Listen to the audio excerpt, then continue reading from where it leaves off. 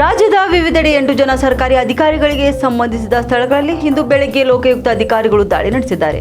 ಅದು ಬೆಂಗಳೂರು, ಶಿವಮೊಗ್ಗ, ಚಿಕ್ಕಮಗಳೂರು, ಆನೇಕಲ್, ಗದಗ, ಧಾರವಾಡ, ಕಲಬುರಗಿ ಹಾಗೂ ಬೆಳಗಾವಿಯ ವಿವಿಧೆಡೆ ಶೋಧ ಕಾರ್ಯ ಮುಂದುವರೆದಿದೆ ಎಂದು ಲೋಕಾಯುಕ್ತ ಮೂಲಗಳು ಕೂಡ ಮಾಹಿತಿ ನೀಡಿವೆ. ಇನ್ನು ದಾಳಿಗೊಳಗಾದ ಅಧಿಕಾರಿಗಳ ವಿವರ ಈ ರೀತಿಯಾಗಿದೆ.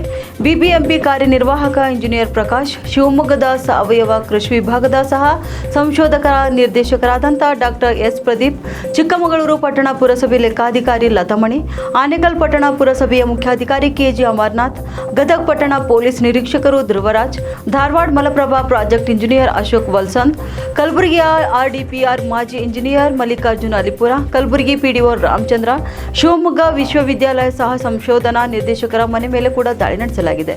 ಹೊಸಸಾಗರ ತಾಲೂಕು ಇರುವಕ್ಕಿಯ ಕೆಳದಿ ಶಿವಪ್ಪ ನಾಯಕ ಕೃಷಿ ಮತ್ತು ತೋಟಗಾರಿಕಾ ವಿಶ್ವವಿದ್ಯಾಲಯದ ಸಹ ಸಂಶೋಧನಾ ನಿರ್ದೇಶಕ ಡಾಕ್ಟರ್ ಎಸ್ ಪ್ರದೀಪ್ ಎಂಬುವರ ಮನೆ ಮೇಲೆ ಶಿವಮೊಗ್ಗ ಲೋಕಾಯುಕ್ತ ಅಧಿಕಾರಿಗಳು ದಾಳಿ ನಡೆಸಿ ದಾಖಲೆಗಳನ್ನು ಪರಿಶೀಲನೆ ಮಾಡುತ್ತಿದ್ದಾರೆ. ಇನ್ನು ಶಿವಮೊಗ್ಗ ನಗರದ ಪ್ರಿಯಾಂಕ್ ಲೇಔಟ್ನಲ್ಲಿ ಅವರ ವಾಸದ ಮನೆ ಮೇಲೆ ಕೂಡ ಬೆಳಗ್ಗೆ ದಾಳಿ ನಡೆದಿದೆ. ಇದರ ಜೊತೆಗೆ ಇವರು ಆಸ್ತಿ ಹೊಂದಿರುವಂತಹ ಶಿಕಾರಿಪುರ ತಾಲೂಕು ಭದ್ರಾಪುರ ಗ್ರಾಮದ ತೋಟದ ಮನೆ ಹಾಗೂ ಹೊಸನಗರ ತಾಲೂಕಿನ ತೋಟದ ಮನೆ ಮೇಲೂ ಕೂಡ ಏಕಕಾಲದಲ್ಲಿ ದಾಳಿ ನಡೆಸಲಾಗಿದೆ. ಶಿವಮೊಗ್ಗ ಲೋಕಾಯುಕ್ತ ಎಸ್ಪಿ ಮಂಜುನಾಥ್ ಚೌಧರಿ ನೇತೃತ್ವದಲ್ಲಿ ಶೋಧ ನಡೆಯುತ್ತಿದೆ. ಇನ್ನು ಹೆಚ್ಚಿನ ಮಾಹಿತಿಯನ್ನ ದಾಳಿ ಪೂರ್ಣಗೊಂಡ ನಂತರ ತಿಳಿಸಲಾಗುವುದೆಂದು ಚೌಧರಿ ತಿಳಿಸಿದ್ದಾರೆ.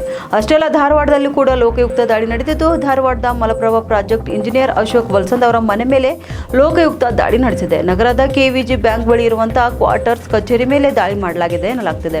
ಇನ್ನು ಅಶೋಕ್ ಅವರಿಗೆ ಸೇರಿದೆನ್ನಲಾದಂತಹ ಬೆಳಗಾವಿ, ಬಾಗಲಕೋಟ್, ಜಮಖಂಡಿ ಮತ್ತು ಜಗನೂರಿನ ಮನೆ ಮೇಲೂ ಕೂಡ ಲೋಕಾಧಿಕಾರಿಗಳು ದಾಳಿ ಮಾಡಿದ್ದಾರೆ. ಇನ್ನು ಲೋಕಾಯುಕ್ತ ಎಸ್ಪಿ ಹನುಮಂತರಾಯ ನೇತೃತ್ವದಲ್ಲಿ ದಾಳಿ ನಡೆದಿದ್ದು, ಅಧಿಕಾರಿಗಳು ದಾಖಲೆಗಳ ಪರಿಶೀಲನೆಯಲ್ಲಿ ತೊಡಗಿದ್ದಾರೆ ಎಂಬ ಮಾಹಿತಿ ಕೂಡ ಲಭ್ಯವಾಗ್ತಿದೆ.